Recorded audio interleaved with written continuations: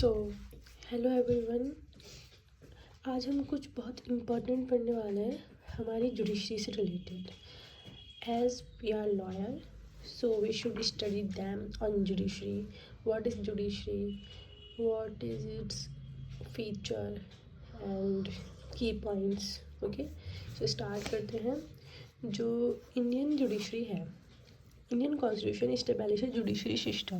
Okay guys, that is integrated as well as independent. ये एक independent judiciary है. जो सुप्रीम कोर्ट है उसने स्टैंड किया है इसको, मतलब supreme court stand at top होता है और इसके नीचे होते हैं हाई कोर्ट्स होते हैं स्टेट लेवल पर.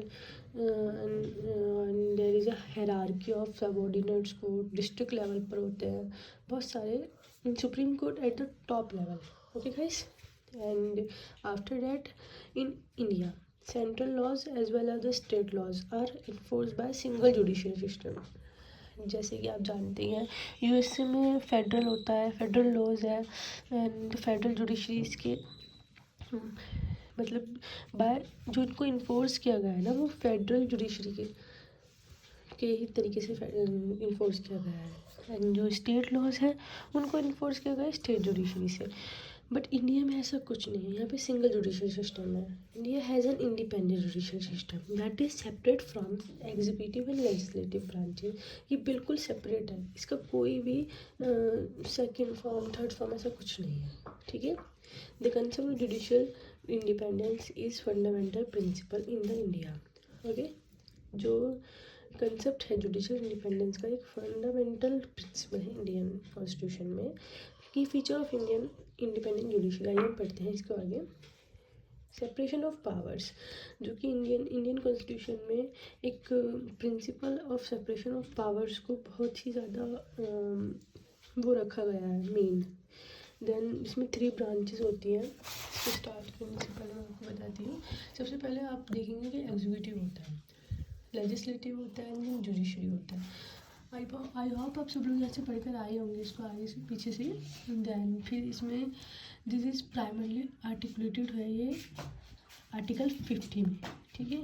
Separation of judiciary from the executive है, मतलब इसका एग्जीक्यूटिव से एंड दूसरे ब्रांच से कोई भी रिलेशन नहीं है इनका.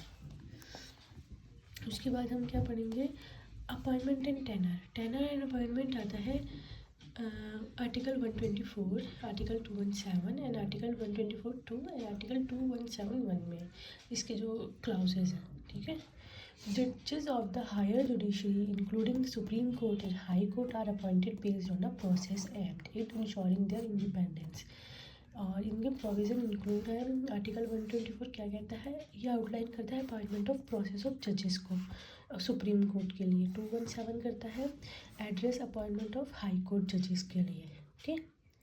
और आर्टिकल 124(2) एंड 2171 ये आर्टिकल स्पेसिफाई करता है टेनर को, रिटायरमेंट को एज ऑफ जजेस में. टेनर होता है कार्यकाल ही होता है वो. ठीक है. टेनर को कार्यकाल बोलेंगे आप. जुडिशियल रिव्यू में आप देख सकते हैं the Indian judiciary possess the power of judicial review, जो मतलब एग्जामाइन करता है constitutionality of laws and government action. The power is inherent in. इसको ये बहुत ही ज़्यादा मेन चीज़ है कि इसको जुडिशियल रिव्यू जुडिशरी सिस्टम में होना बहुत ज़रूरी है, जिससे एग्जामाइन किया जा सकता है कॉन्स्टिट्यूशनलिटी को. क्योंकि ये आर्टिकल 13 में है, जैसे कि आप देख ही सकते हैं.